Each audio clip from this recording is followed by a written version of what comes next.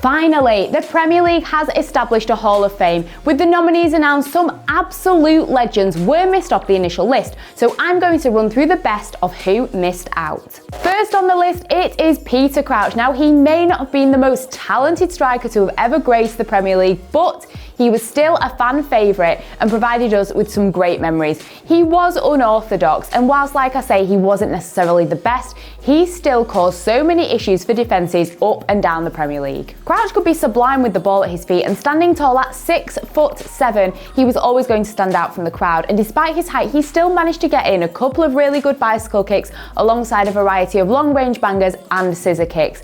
In his early stages of his career, he actually had quite a good goal tally, and of course, he's always going to be remembered for that hat-trick for Liverpool against Arsenal when they won 4-1, and it was a perfect hat-trick. Right foot, left foot and a header. Can it get any better than that? Next up, it's Yaya Toure. When Toure burst onto the scene with Manchester City, he really did become such a vital cog in the machine for the club. He was so vital, especially in their pursuit of their first Premier League title with Roberto Mancini at the helm. He was one of those players that ever since his arrival from Barcelona, he really did help Manchester City go to that next level to be real contenders. Like I mentioned, Toure was really important for Manchester City winning the Premier League trophy, but he actually did play a really big role, especially in that final game of the season against QPR. It was his assist that provided Zabaleta with the first goal of the game, and of course City ended up winning 3-2. They beat Manchester United in the table and they lifted that Premier League trophy. So he really is actually part of a really big piece of Manchester City history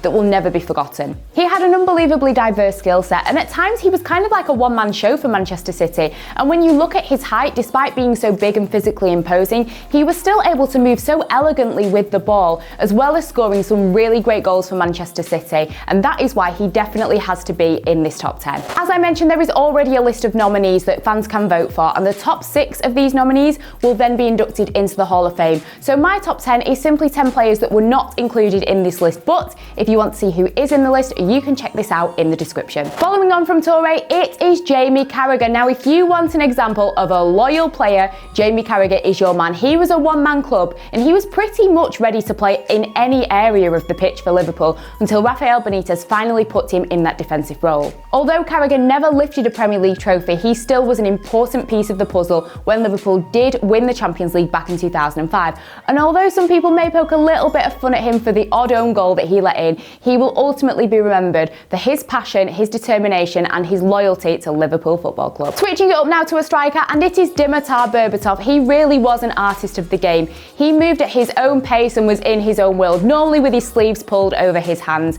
He was one of those players that seemed to just make everything look so easy, whether it was creating a goal, opening a chance for a goal, opening up a game, or even closing a game down. He just did it all. His nonchalant yet clinical approach to the game is what made him so great, not only for Spurs but Manchester United and Fulham as well. I think the reason that Berbatov was so special was that he was around the Premier League during a time where to be a top striker, you had to be really physically imposing, you had to be really speedy. Berbatov wasn't necessarily those things, but he was still a great player, so he really did provide some really good variation in the Premier League. And of course, for Manchester United fans, I've got to mention it, he is always going to be remembered for that 2010 hat-trick against Liverpool, which included an overhead kick. Absolutely sublime. Our first goalkeeper in the list is Arsenal legend David Seaman. He was absolutely phenomenal for the club. He ended up with 141 clean sheets for the club in 344 appearances, as well as 2 titles and over a decade of service. So you can completely understand why he is hailed so highly with Arsenal fans.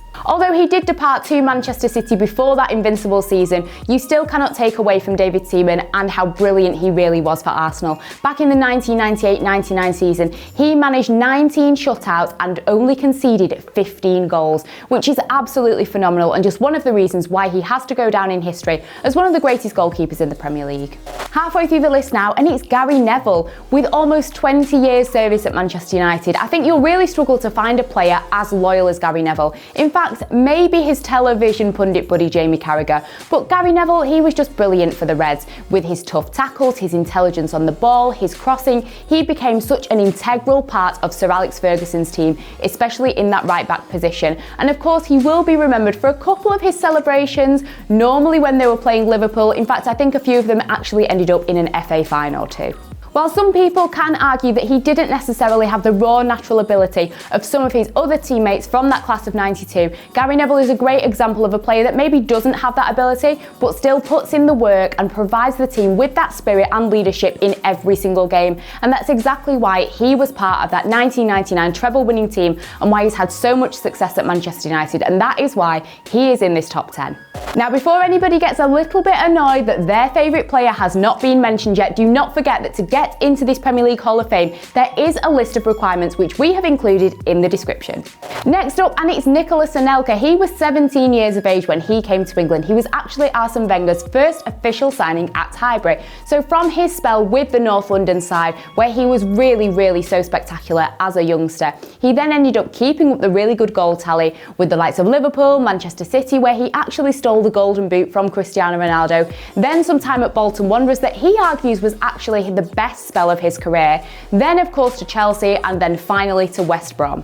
For Arsenal fans, he will always be remembered for that brilliant finish against rivals Manchester United back in 1997, where his goal actually proved to be quite vital as Arsenal then went on to win the double in that season. And from then on, he's just got better and better, especially during his time at Chelsea, where he not only won the Golden Boot in the 2008-2009 season, but the following year, he then, of course, lifted the Premier League title with the Blues. Following on from Anelka, and it is Vincent Kompany. This man is the epitome of Manchester City. He completely embodies everything that this club is, and he was so vital not only in their ascension to that first Premier League trophy, but beyond that and everything else that they've achieved. He was the beating heart of the club, and not only was he a brilliant defender for the Blues, but he also actually scored a couple of really important goals. Not only that derby header in the 2011-2012 season, but that 30-yard shot against Leicester at home.